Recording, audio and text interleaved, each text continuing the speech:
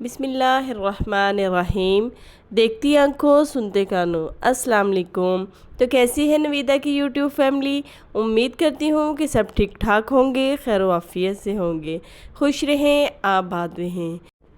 जी तो जनाब, अम्मी जी ने शादी पे जाना था, तो बस मैं उनकी शादी पे जाने की तैयारी कर रही थी। तो कुछ कपड़े थे उनके इसी स्टिच करने थे, तो बस मैं उनको प्रेस करके तो कटिंग करूँगी। तो ये तो अल्लाह को ही बेहतर जानता होता है कि हमारे लिए क्या मामला दुरुस्त हैं और क्या नहीं। तो बस मैं अम्मी जी की तैयारी ही कंप्लीट कर रही थी जाने की। तो इसी दौरान अम्मी जी ने मुझे बताया कि आप लोगों ने भी शादी पे जाना है। तो बस तकरीबन जाने से 2 घंटे पहले ही हमें अम्मी जी ने बताया और मैंने जल्दी जल्दी से अपनी पैकिंग की। तो शादी पे तो अब्बू जी ने जाना था अम्मी के साथ, लेकिन बस फिर अचानक ही अब्बू जी कहते हैं कि आप लोग चले जाओ, मैं घर पे ही रुकूंगा। तो बस फिर मैंने जल्दी जल्दी से कपड़े तो मेरे आपको पता है आयरन ही होते हैं, तो बस मैंने फिर रखे। तो ज़ाहिर आपको पता है जो मैंने पेट घर पे रखे हैं उनको भी देखना होता है, तो बस उनके लिए भी मैंने इस तरह से बाजरा मंगवाया है। वैसे तो मैं उनको रोटी डालती थी और लेकिन अब्बू जी थे, तो फिर इस वजह से मैंने यही सोचा कि उनको आसानी होगी, तो बस फिर मैंने बाजरा मंगवा के दिया। बस ये बच्चों की चीज़ें, ब्रशेज़ वगैरह, इस तरह छोटी छोटी चीज़ें काफ़ी सारी होती हैं। ज़ाहिर है जाना होता है, दूर जाना है, तो 3-4 दिन के लिए जाना है, तो बस इसी तरह से फिर मैंने अपनी जल्दी जल्दी सारी पैकिंग की और हम शादी के लिए रवाना हो गए। बाज़ात आपको पता ही नहीं होता कि आपके नसीब में क्या है, अगले लम्हे क्या हो जाना है। वाकई ही ये अल्लाह के फ़ैसले हैं, इंसान के इख्तियार में कुछ भी नहीं है। यकीन माने मेरी ज़ीरो भी तैयारी नहीं थी और अब्बू जी की ही तैयारी थी और उन्होंने ही जाना था। बस आज गर्मी भी अचानक से ही हो गई थी और अब्बू जी थोड़ा गर्मी से घबराते हैं, तो बस फिर उन्होंने कहा कि मैंने नहीं जाना। तो जी जनाब, हम बस स्टॉप पे आ गए हैं। तो ये है, हम फैसल मूवर से जाएंगे और बच्चे बड़े एक्साइटेड हो रहे थे कि एकदम से नानों के घर जाना है। तो जहाँ पे शादी है वहीं पे करीब ही अम्मी जी का भी घर है, तो बस फिर जल्दी जल्दी बच्चे बैग उठा रहे हैं, वरना कहीं और जाना होता है तो बच्चे बड़े सुस्त होते हैं और सामान वगैरह भी नहीं उठाते। लेकिन अब जैसे ही पता चला है कि नानों के घर जाना है, तो बस फिर तो बच्चों की आप देख नहीं सकते कि खुशी का क्या हाल है। शादी पे क्योंकि मेरी सब देवरानियाँ जेठानियाँ आ रही थी, तो मेरी फिर अम्मी जी ने सोचा कि सब जा रही हैं तो मेरी बहू पीछे क्यों रहे, तो बस फिर अम्मी जी ने मुझे भी बोला कि आप भी तैयारी कर लो। तो बस यही होता है नसीब आपका कि आपको वहाँ पे लेके जाता है जहाँ पे आपने जाना होता है। तो कुछ चीज़ें जो होती हैं इंसान को नसीब पे छोड़ देनी चाहिए। अल्लाह ताला बेहतर करने वाला है और बेहतरीन करने वाला है। तो जी जनाब, ये थी फैसल मूवर और हमारी जो सीट नंबर थी 39, 40 और इसी तरह से थी।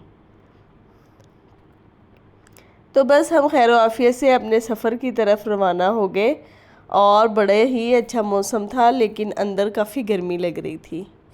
तो बस ये इस तरह से जो जो इनकी सर्विसेज हैं वो मैं आपके साथ शेयर करती रहूँगी और आपको दिखाऊँगी। काफ़ी अच्छा सफ़र था इनका, इनकी सर्विस भी अच्छी थी और आरामदेह सफ़र था, कोई मुश्किल पेश नहीं आई हमें ना। वैसे हम तकरीबन ट्रेन में ही जाते हैं, बहुत कम हम जाते हैं इस तरह से, लेकिन आज जो था सफ़र ऐसे ही लिखा था क्योंकि फैसलाबाद जाने वाली ट्रेन जो थी वो सारी बंद थी। तो आप सोच सकती हैं कि जब बंदे ने शादी पे जाना हो और 2 घंटे पहले किसी लेडीज़ की तैयारी हो सकती है। नहीं जनाब, ऐसा नहीं है। 2-3 चक्कर जब तक बाज़ार के न लगे आपकी तैयारी कंप्लीट नहीं होती। तो बस यही एक अक्लमंद और सलीकामंद औरत की निशानी है कि वो किस तरह से अपने घर को मैनेज करती है। तो अल्हम्दुलिल्लाह मुझे भी कोई परेशानी नहीं हुई, हर चीज़ मेरे पास मौजूद थी और मैंने बस बैग में रखी और हम लोग चले गए। तो बस आगे जब गए तो मेरे कज़न जो थे वो लेने आए थे मुझे। तो बस मेरे कज़न जो है मेरे खाला के बेटे हैं और मेरे हस्बैंड के भी खाला के बेटे हैं, तो इसी तरह ये हम दोनों के ही कज़न हुए। इंशाल्लाह मैं आपको साथ साथ शादी भी दिखाती रहूँगी और अपना फैसलाबाद भी दिखाती रहूँगी। मुझे तो अपना सिटी बड़ा ही प्यारा लगता है। आपको कैसा लगता है कमेंट्स में ज़रूर बताइएगा। बस जैसे ही हम पहुँचे तो मेहंदी में 2-3 घंटे रहते थे, तो बस जल्दी जल्दी तैयारी की और मेहंदी का फंक्शन जो था वो स्टार्ट हो चुका था। तो बस इसी तरह से सारे बैठे थे और गप्पे शप्पे लगा रहे थे और छोटे बच्चे जो हैं वो डांस में इतने मगन थे और इतना खुश हो रहे थे। तो शादी पे तभी मज़ा आता है जब आपके हम मिजाज लोग आए हों और जिनके साथ आपकी अंडरस्टैंडिंग हो, तो फिर तो शादी में बहुत ही मज़ा आता है और बंदा बड़ा ही इंजॉय करता है।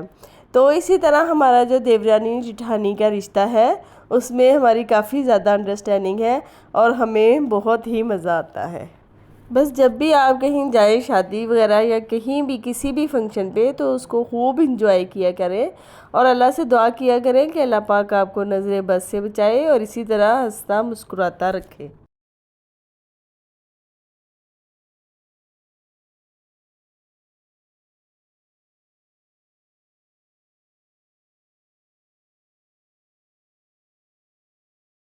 जी तो जनाब हमारे जो भतीजे और भांजे हैं वो इसी तरह से शादी को 4 चांद लगा देते हैं और बड़ा ही इंजॉय कराते हैं हमें।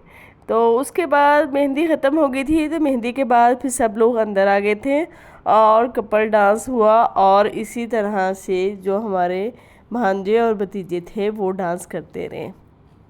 तो बड़ा ही मज़ा आया था शादी पे और बड़ा ही इंजॉय किया हमने मेहंदी को। तो इंशाल्लाह मैं आपके साथ बारात का फंक्शन भी शेयर करूँगी। तो आपको कैसी लगी मेरी वीडियो मुझे ज़रूर बताइएगा। तो बस जनाब फिर रात को मेहंदी का फंक्शन जैसे ही ख़त्म हुआ तो हम सो गए थे और उसके बाद सुबह नाश्ता किया और नाश्ता करने के बाद मैं आप सब लोगों का शुक्रिया अदा करूँगी जिन्हें मेरी वीडियो का बहुत शिद्दत से इंतज़ार था। तो बस मसरूफ़ियत इसी तरह से थी मेरी कुछ जो मैंने आपके साथ शेयर की है। तो मेरी वीडियो को ज़रूर देखा करें और पूरा देखा करें। जी तो बस मैं अब अम्मी के घर जाऊंगी और मैंने सोचा कि मैं आपको रास्ते का भी व्यू दिखाऊं। तो ये छोटी सी नहर है, एक नार रोड पे है। तो बस इसी तरह से अब हम लोग अम्मी के घर जाएंगे। तो अम्मी भी बड़ी खुश हुई है अचानक से मुझे देख के और उन्हें बड़ा अच्छा लगा और बड़ी खुश हो जाती हैं जब मैं उनसे मिलती हूँ।